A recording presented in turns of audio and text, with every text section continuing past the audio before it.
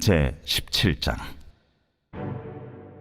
흠이나 악질이 있는 소와 양은 아무것도 내 하나님 여호와께 드리지 말지니 이는 내 하나님 여호와께 가증한 것이 됨이니라.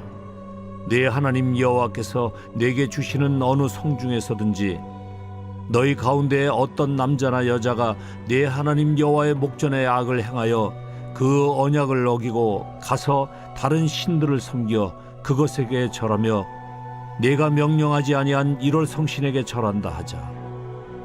그것이 네게 알려짐으로 내가 듣거든 자세히 조사해 볼지니 만일 그 일과 말이 확실하여 이스라엘 중에 이런 가증한 일을 행함이 있으면 너는 그 악을 행한 남자나 여자를 네 성문으로 끌어내고 그 남자나 여자를 돌로 쳐 죽이되 죽일 자를 2사람이나 3사람의 증언으로 죽일 것이요 한 사람의 증언으로는 죽이지 말 것이며 이런 자를 죽이기 위하여는 증인이 먼저 그에게 손을 댄 후에 뭇 백성이 손을 댈지니라. 너는 이와 같이 하여 너희 중에서 악을 제할지니라. 네 성 중에서 서로 피를 흘렸거나 다투었거나 구타하였거나 서로 간에 고소하여 네가 판결하기 어려운 일이 생기거든 너는 일어나 네 하나님 여호와께서 택하실 곳으로 올라가서 레위 사람 제사장과 당시 재판장에게 나아가서 물으라. 그리하면 그들이 어떻게 판결할지를 네게 가르치리니 여호와께서 택하신 곳에서 그들이 네게 보이는 판결의 뜻대로 네가 행하되 그들이 네게 가르치는 대로 삼가 행할 것이니 곧 그들이 네게 가르치는 율법의 뜻대로 그들이 네게 말하는 판결대로 행할 것이요 그들이 네게 보이는 판결을 어겨 좌로나 우로나 치우치지 말 것이니라. 사람이 만일 무법하게 행하고 내 하나님 여호와 앞에 서서 섬기는 제사장이나 재판장에게 듣지 아니하거든 그 사람을 죽여 이스라엘 중에서 악을 제하여 버리라. 그리하면 온 백성이 듣고 두려워하여 다시는 무법하게 행하지 아니하리라. 네가 네 하나님 여호와께서 네게 주시는 땅에 이르러 그 땅을 차지하고 거주할 때에 만일 우리도 우리 주위의 모든 민족들 같이 우리 위에 왕을 세워야겠다는 생각이 나거든 반드시 네 하나님 여호와께서 택하신 자를 네 위에 왕으로 세울 것이며 내 위에 왕을 세우려면 내 형제 중에서 한 사람을 할 것이요 내 형제 아닌 타국인을 내 위에 세우지 말 것이며 그는 병마를 많이 두지 말 것이요 병마를 많이 얻으려고 그 백성을 애굽으로 돌아가게 하지 말 것이니 이는 여호와께서 너희에게 이르시기를 너희가 이후에는 그 길로 다시 돌아가지 말 것이라 하셨음이며 그에게 아내를 많이 두어 그의 마음이 미혹되게 하지 말 것이며 자기를 위하여 은금을 많이 쌓지 말 것이니라. 그가 왕위에 오르거든 이 율법서의 등사본을 레위 사람 제사장 앞에서 책에 기록하여 평생에 자기 앞에 두고 읽어 그의 하나님 여호와 경외하기를 배우며 이 율법의 모든 말과 이 규례를 지켜 행할 것이라. 그리하면 그의 마음이 그의 형제 위에 교만하지 아니하고 이 명령에서 떠나 좌로나 우로나 치우치지 아니하리니 이스라엘 중에서 그와 그의 자손이 왕위에 있는 날이 장구하리라.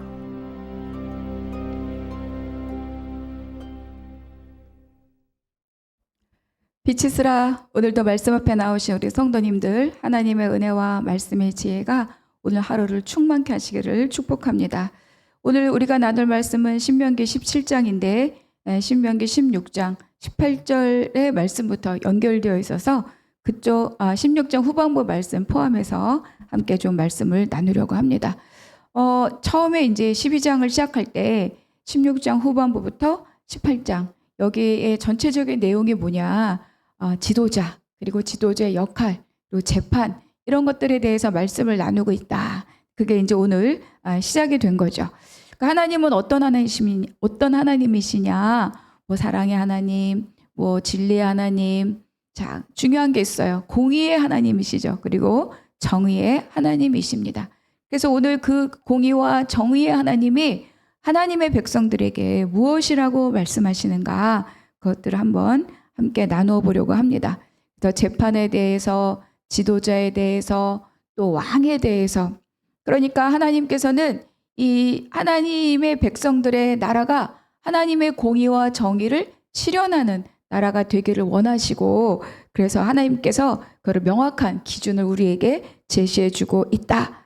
그렇게 볼 수 있어요. 그러니까 가장 중요한 것은 뭐냐면 지도자가 하나님의 공의를 지켜야 되고 지도자가 하나님의 정의를 따라야 된다. 그게 이제 가장 중요한 핵심적인 내용입니다.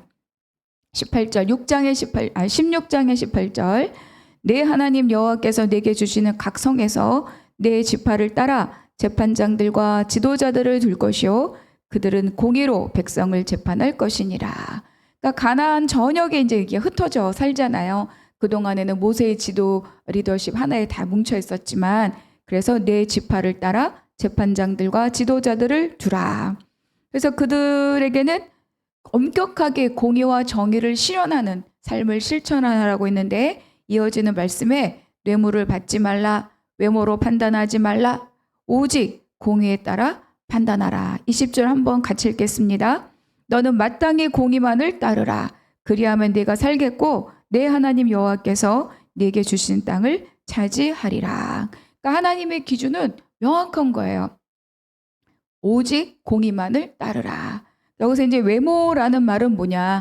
정말 이 보여지는 얼굴이라기보다는 겉으로 드러나는 모든 외적 조건들을 말하는 거죠. 뭐 외모도 뭐 포함될 수 있고 그의 어떤 학벌, 또 경제적인 여건, 또 가문의 백그라운드 이런 것들을 이제 보는 겁니다. 근데 그렇게 하지 말라. 그렇게 했을 때 재판을 공의롭게 할 수 없다. 재판을 굽게 할 수도 있다. 왜? 사람의 마음은 다 그런 것으로 인한 여러 가지 것들을 계산할 수 있잖아요. 그래서 외모로 또 뇌물 받지 말고 오직 공의를 따라 판단하라. 이거는 뭐 정말 뭐 교회 목사님들 뿐만 아니라 작은 것에 부서든 뭐 회사든 어디든지 간에 리더 역할을 하고 있는 모든 자들에게 하나님께서 동일하게 주시는 말씀입니다. 그러니까 교회로 좀 생각해 보면 뭐 담임 목사님, 또 교구 목사님, 또 여러 가지 역할을 맡은 뭐 전도사님들, 그리고 부서의 부서장들 다 포함되는 거예요. 그래서 자기가 좋아하는 자기의 성향에 맞는 이런 것뿐만 아니라 그 안에서 사역적인 갈등이나 이런 일들이 있을 때 어떻게 이것을 분별할 거냐. 공의를 따라 하라.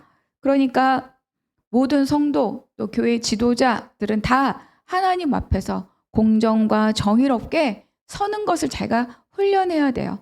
어떤 사람은 내 마음에 안 들고 뭐 성향도 아니지만 객관적인, 그리고 하나님 말씀에 사람에 대한 존중을 말씀하시는 그 하나님의 원칙에 따라서 속해 있는 공동체 사람들을 연합하는 길로 갈 수 있도록 이끌어가는 그런 마음이 필요하다.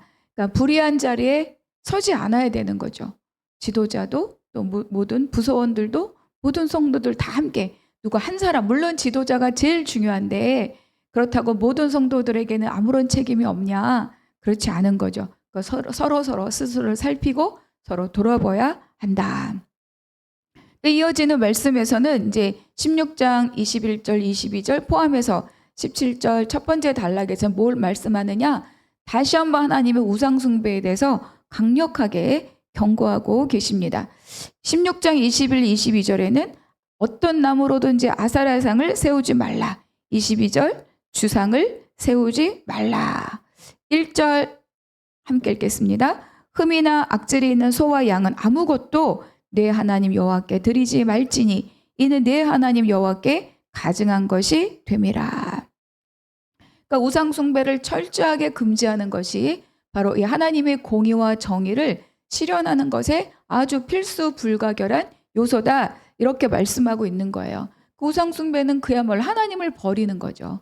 하나님을 떠나고 자기의 어떤 탐욕, 그리고 자기의 욕망, 탐심, 이거를 쫓아가는 게 바로 우상 숭배입니다. 그러니까 아세라상, 또 나무로 만든 것, 돌로 만든 것, 또 작게 이렇게 마치 그 액세서리처럼 만든 이런 모든 것들이 다 뭐냐면 눈에 띄는 것들이죠. 그러니까 가나안 백성들이 제일 먼저 들어갔을 때 눈에 보이는 게 뭐예요? 다 이 주상과 목상과 이런 것들이거든요. 그러니까 그것에 굉장히 빠르게 현혹될 수 있다. 그러니까 들어가자마자 내 눈을 만족하게 하고 그것으로 내 마음을 흔들리게 하는 모든 것을 다 부수고 불사르라. 이렇게 하나님이 말씀하고 있는 거예요. 그러니까 아담 하와도 말을 듣고 나니 어때요? 먹음직, 보암직, 지혜롭게 할 만큼 탐스럽. 그 열매를 먹지 않습니까? 그래서 육신의 정욕, 또 안목의 정욕, 이생의 자랑 다 같은 맥락이거든요. 그러니까 내가 관심의 눈이 꽂히는 순간 그게 내 마음의 중심을 흔들 수 있는 거죠. 저 깊이 숨어있는 내 어떤 욕망들, 욕구들 그런 것들을 이제 막 끌어올리는 거죠. 그러니까 애초에 그런 모든 것들을 다 부수고 세우지 말고 뿐만 아니라 부수고 불사르라. 그래서 여기 이제 가증하다 이것의 의미는 하나님이 싫어한다라는 뜻이에요. 근데 이 단어가 어디에 주로 쓰이느냐? 우상 숭배, 또 성적 타락, 성적 문란, 그리고 또 불의함, 하나님의 백성에 대한 불의함 이런 것에 이 가증하다라는 단어가 쓰입니다. 그러니까 하나님의 공의와 정의가 없는 모든 것은 다 하나님이 가증하다 이렇게 말씀하는 거죠. 그러니까 이제 하나님께서 흠이 없는 재물을 말씀하셨는데 악질이 있고 막 이런 흠이 있는 그런 걸 들고 하나님 앞에 온다는 거예요. 무슨 뜻입니까? 하나님의 말씀에 유념하지 않고 하나님의 원칙을 따르지 않고 하나님의 계명을 지키지 않고 하나님에 대한 경외함이 없고 다 뭐예요? 바로 하나님을 예배하는 그 마음을 훼손시키는 태도라는 거죠. 그래서 하나님께서 가증하다 이렇게 말씀하고 있습니다. 그래서 이제 이 우상 숭배가 막 확산될 때 그것을 촉발시키는 모든 행동들에 대해서 하나님은 강력하게 처단하라 이렇게 말씀하고 있죠. 4절 그것이 내게 알려짐으로 내가 듣거든 자세히 조사해 볼지니. 6절 죽일 자를 2사람이나 3사람의 증언으로 죽일 것이요 한 사람의 증언으로는 죽이지 말라. 그러니까 우상 숭배가 반드시 척결돼야 되고 처단해야 될 일은 분명하지만 함부로 하지 말라는 거예요. 왜? 사람의 생명이 달려있고 또 공동체의 생사가 걸려있는 일이니까 정말로 정직하고 신중하게 판단하라 이렇게 말씀하고 있습니다. 그래서 개인적인 판단 그리고 소문에 휩쓸리지 말고 공정하고 신중하게 죄를 다루라. 그러니까 여론 재판하면 안 된다는 거예요. 여론 재판하지 말라. 정말 불의한 일이라면 사실 여하를 명명백백하게 밝히고 거기에 따라서 처단하라 이렇게 하나님이 말씀하고 있죠. 그래서 교회 안에서도 그렇죠. 당연하게 교회 안에 무슨 우상 숭배가 있을까 생각할 수 있지만 하나님의 뜻에 합당하지 않은 것은 다 우상 숭배입니다. 왜? 거기에 자기 이기심, 자기의 욕심, 자기의 욕망 이런 것들이 다 거기에 투영돼서 드러나는 거죠. 그러니까 어떤 특별한 사역에만 막 집중한다든지 아니면 특별한 어떤 사역자만 막 이렇게 높이 세운다든지 또 그런 것뿐만 아니라 우리 교회 건물은 우리 교회 역사는 이런 것들 그러니까 하나님보다 더 그 교회를 드러내고자 하는 도구로 사용되는 모든 것들은 엄밀하게 말하면 다 우상 숭배의 통로가 될 수 있다. 굉장히 냉정한 말 같지만 굉장히 중요한 말입니다. 그리고 또 어떤 세속적인 성공을 목표로 교회를 이용한다든지 성도를 이용한다든지 그런 것들 다 하나님께서 가증히 여기시고 미워하시는 우상 숭배의 모습이라는 것을 우리가 기억해야 됩니다. 그러니까 이런 건 하나님이 절대로 용납하지 않으시죠. 그런데 잘 생각해 보면 이단 교회들의 특징 그리고 또 어떤 성적인 문제가 발생한 거나 재정적으로 큰 사고가 난다거나 이런 교회들을 잘 살펴보면 모두 다 어떤 특정한 영적 지도자 한 사람을 신격화하고 우상화하는 경우가 대부분이에요. 사람은 절대화될 수 있는 사람이 없습니다. 오늘 정직하게 살고 또 오늘 정직하게 살고 또 오늘 정직하게 사는 게 중요한 것이지 정직의 절대화 그런 거 없다. 다 하나님 앞에 죄인인 인간들인데 특정한 사람을 신격화하고 절대화하고 이것은 다 교회가 타락하고 우상 숭배의 무덤이 될 수 있는 너무 아주 경계해야 될 일들이라는 거예요. 그래서 이 개인의 어떤 신격화 절대화는 다 하나님에 대한 반역이다. 물론 지도자 존중해야 됩니다. 그리고 그의 권면 또 이런 거 또 잘 경청하고 듣고 순종해야 되죠. 그런 그것과 더불어서 교회는 폐쇄적일 수가 없는 거예요. 왜 이방인들도 들어와야 되고 약한 고아도 들어와야 되고 과부도 들어와야 되고 객도 들어와야 되고 그래서 다 죄인들에게 복음을 전하는 것이 교회인데 그 특정한 사람에 대한 절대화 또 특정한 사역에 대한 독점화 이런 게 있으면 안 되는 거죠. 그래서 오직 하나님의 교회가 오직 하나님의 말씀과 뜻 가운데 바르게 서야 한다. 그래서 이제 교회 안에 세상에서 말하는 세속의 가치들이 많이 들어와 있을 수 있잖아요. 절대로 안 된다, 절대로 없다, 다 불가능한 얘기입니다. 그러니까 그거를 정화시킬 수 있는 이 말씀의 어떤 토대 그리고 또 뭐죠? 이 의사소통이 원활하게 갈 수 있는 이런 어떤 건강한 순환적인 요소들이 교회 안에 있어야 됩니다. 그래서 정말 우리 교회가 또 많은 교회들이 이런 거를 위해서 수고하고 노력해야 된다는 거죠. 이어져서 이제 여기에 관계된 말씀이 또 나오는데 8절에 보니까 내 성중에서 서로 피를 흘렸거나 다투었거나 구타였거나 서로 간에 고소하여 내가 판결하기 어려운 일이 생기거든 너는 일어나 내 하나님 여호와께서 택하실 곳으로 올라가서 레위 사람 제사장과 당시 재판장에게 나아가서 물으라. 그리하면 어떻게 판결할지를 내가 가르치리라. 여러분 교회 안에 판결하기 어려운 일들 많이 있을 수 있지 않습니까? 뭐 성도들 사이에 막 소송이 걸리고 이런 일 있을 수 있습니다. 정말 있을 수 있죠. 뭐 고린도 전서에서 말하는 교회 안의 모든 문제는 다 지금 우리 정말 교회들이 갖고 있는 그런 문제들입니다. 그런데 어떻게 할 거냐? 그 원칙을 하나님이 주고 있는 거예요. 그래서 그럴 때 하나님의 말씀에 따라서 신앙의 지도자들, 성경에 기준하여 문제를 해결하라는 거예요. 그래서 교회 이 지도자들, 레위 사람, 제사장, 당시 재판장 다 사람입니다. 그런데 이들에게 하나님 주신 권위가 있고 이 권위 아래 순종하고 이 권위의 말씀에 따르고 그 판결에 순종하라. 이렇게 지금 하나님께서 말씀하고 있어요. 그러니까 교회 안에 자기의 개인적인 일이나 어려움이 있을 때 반드시 영적 지도자를 찾아가는 것은 부끄러운 일이나 폐를 끼치는 일이 아니라 마땅히 해야 될 일이다. 그리고 그 일에 대해서 그 교회 지도자, 영적 지도자는 당연하게 거기에 대해서 기도하고 함께 기도하고 영적인 권면을 주고 그리고 그것을 듣고 따르고 이렇게 하나님이 지금 말씀하고 있습니다. 그런데 이렇게 해도 그 말이 내 마음에 들지 않으면 결국은 교회 안에서 막 소송과 소송으로 가는 거죠.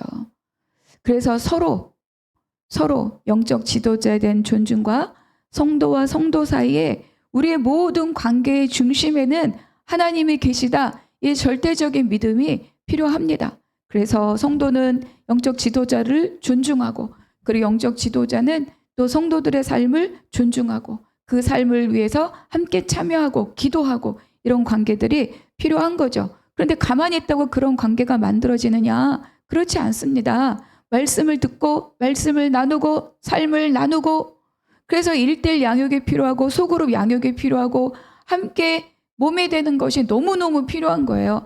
그리고 이거는 그냥 영적인 지도자의 말을 무조건 들어라 이런 어떤 강압적인 게 아닙니다. 하나님이 주신 권위가 있고 영적인 질서가 있다. 그거를 말씀해 주는 거죠. 그래서 여기는 두 가지를 다 포함하는 거예요. 영적인 지도자,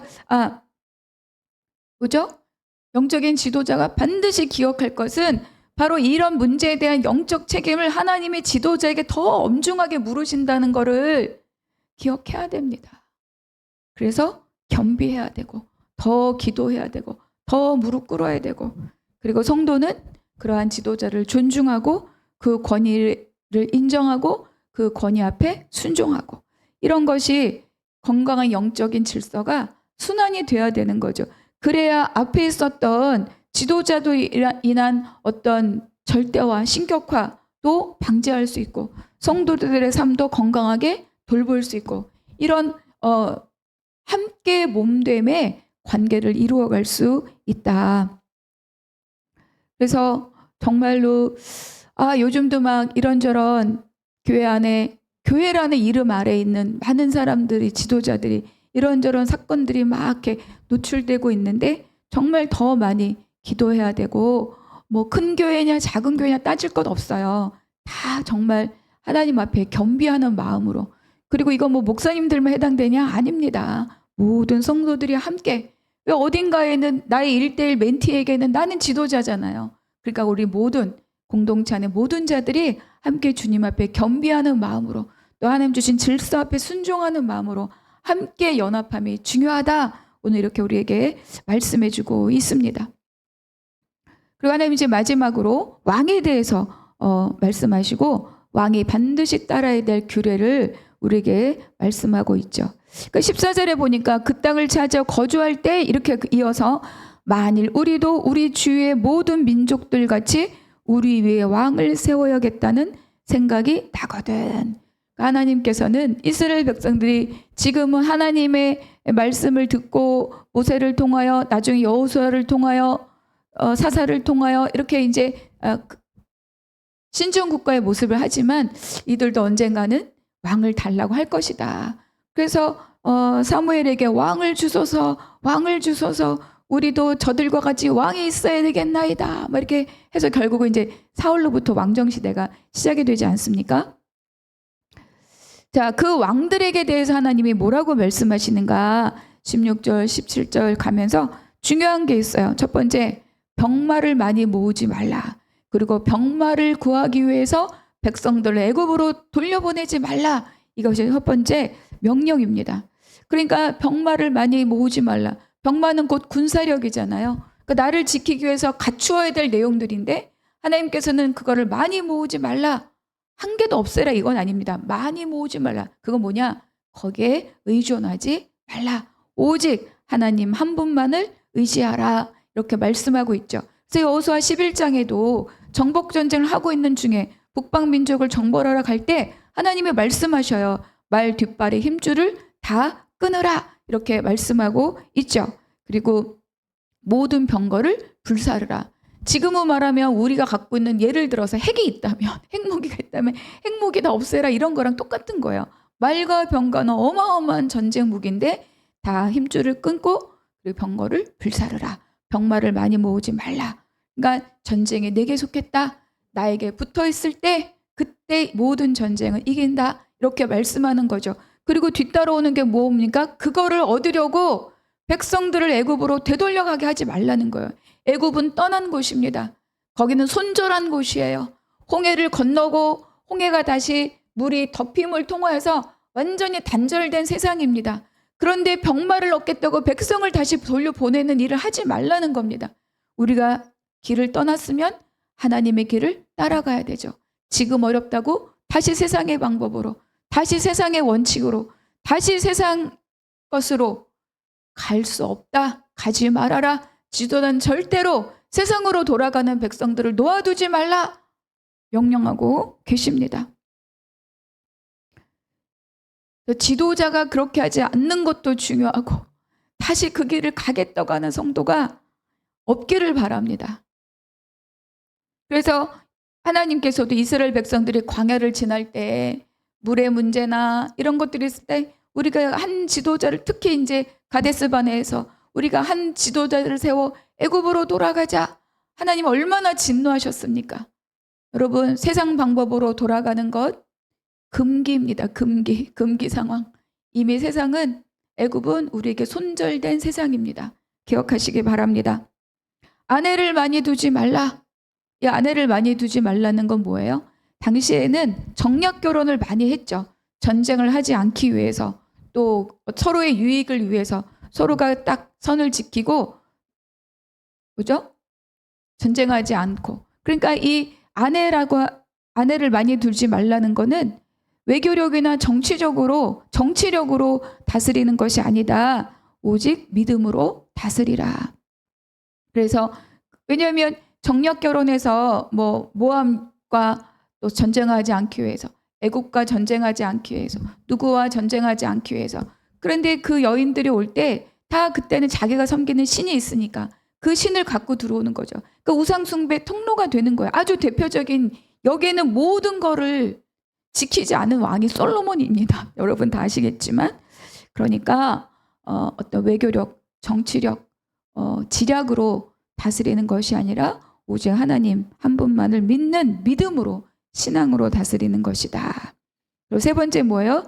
은금을 쌓아두지 말라. 그러니까 물질을 의존하지 말라는 거예요. 그러면 물질을 탐하기 시작하면 우리 처음에 있었던 지도자, 뇌물 이런 거 다 받을 수밖에 없잖아요. 그걸 탐해서 나의 부를 축적하거나 또 그거를 이용해서 나의 권력을 사려 하거나 하지 말라. 이렇게 하나님께서 말씀하고 있습니다. 그러면 그 왕은 어떻게 해야 되는가? 18절, 19절, 20절 계속 말씀하고 있죠. 18절에 보니까 이 율법서의 등사본을 레위 사람 제사장 앞에서 책에 기록하고, 그러니까 지금까지 있는 모든 말씀을 기록해 두라는 거예요. 여기에서 이제 뭐죠? 신명기라는 이름이 나왔다고 말씀드렸죠. 19절 함께 읽겠습니다. 평생에 자기 옆에 두고 읽어 그의 하나님 여호와 경외하기를 배우며 이 율법의 모든 말과 이 규례를 지켜 행할 것이라. 그리하면 그의 마음이 그의 형제 위에 교만하지 않고 좌로나 우로나 치우치지 않고 그날이 장구하리라. 그러니까 이 왕이 할 일은 뭐냐? 평생 하나님을 배워야 된다는 거예요. 평생 하나님 말씀을 묵상하고, 20절에 뭐죠? 읽고 묵상하고 경외하기를 배우고 지켜 행하고. 그러니까 평생 하나님을 배우라. 그러니까 매일매일 하나님의 말씀 앞에 서지 않으면, 그러니까 인간은 절대화될 수 없고 신격화될 수 없는 매일 하루를 사는 거예요. 매일 하루. 그래서 매일 예배, 매일 교통. 그러니까 다윗은 이제 두 왕이 완전히 솔로몬과, 아니 뭐죠? 사울과 다윗, 다윗과 솔로몬, 아주 양옆에 극단의 왕들이 있는 겁니다.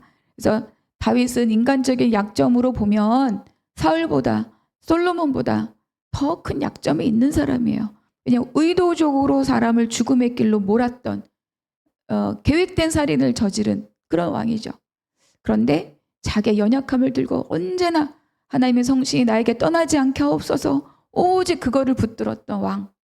솔로몬은 어떻게 됐습니까? 아까 말씀드렸던 것처럼 병마를 얻기 위해서 애굽으로 장사하러 가고, 또 은금을 쌓고 아내를 정말 셀 수 없이 두고, 그래서 결국 본인이 영적 타락뿐만 아니라 그 나라를 영적인 타락의 길로 몰고 가고 이스라엘을 분열시켰던, 왕국이 하나님의 나라를 갈라지게 하는 가장 큰 복을 받았으나 가장 타락의 뭐죠? 선두에 섰던 왕이 바로 이 솔로몬입니다. 그래서 왕, 지도자 너무너무 중요합니다. 그 한 사람이 하나님 앞에 어떻게 서느냐가 그 공동체 생사를 갈라놓는 거죠. 제가 면피하기 위해서가 아니라 이거는 목사님들에게만 해당되는 게 아니에요. 가정에서 아버지가 어떻게 서느냐, 가정에서 어머니가 어떻게 서느냐, 교회에서 부서의 부서장이 어떻게 서느냐, 장로, 권사, 안수집사, 중직자들이 자기 책임 권한 아래에 있는 그 부서에서 어떤 위치에 서느냐 다 해당되는 말입니다. 그래서 하나님께서 직분을 주고 역할을 주고 맡기신 그 일이 다 자기 명예욕을 만족시키는 것에 사용되지 않도록 하기 위해서 이 말씀을 주는 거죠. 날마다 평생 자기 옆에 두고 읽어 경외하기를 배우고 지켜 행하라. 저와 우리 모든 성도님들 오늘 하루는 이 말씀 기억하시기 바랍니다. 그래서 정말로 하나님을 섬기고 또 공의와 정의로 산다는 거는 막 사회적인 투쟁이, 그거 이전에 내가 먼저 하나님 앞에, 하나님의 공의 앞에, 하나님의 정의 앞에, 하나님의 말씀의 원칙 앞에 내가 오늘 하루, 한날, 한순간 내가 먼저 잘 살아내는 것으로부터 시작한다. 그래서 오늘 하루 정말 하나님 앞에 공의와 정의로 쓰임받는 하루가 되시기를 주님의 이름으로 축복합니다. 적용 질문 첫 번째. 그래서 내가 어떤 상황에서든 외모로 판단하지 않는, 그러니까 외모나 관계로 판단하지 않는가. 그렇죠? 나의 판단의 기준은 온전히 하나님의 정의에, 공의에 맞는 판단 기준을 갖고 있는가.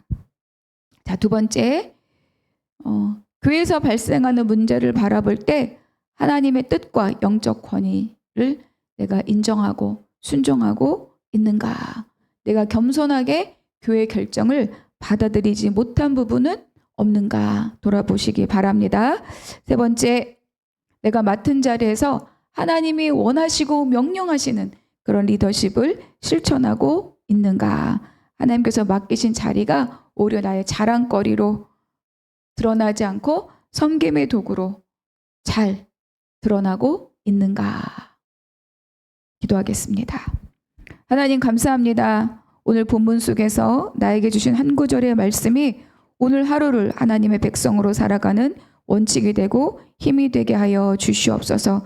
교회 공동체 안에 있는 모든 질서를 순종하고 또 더불어 섬길 수 있는 복된 자들 되게 하여 주시옵소서. 감사하고 우리 주 예수 그리스도의 이름으로 기도하옵나이다. 아멘.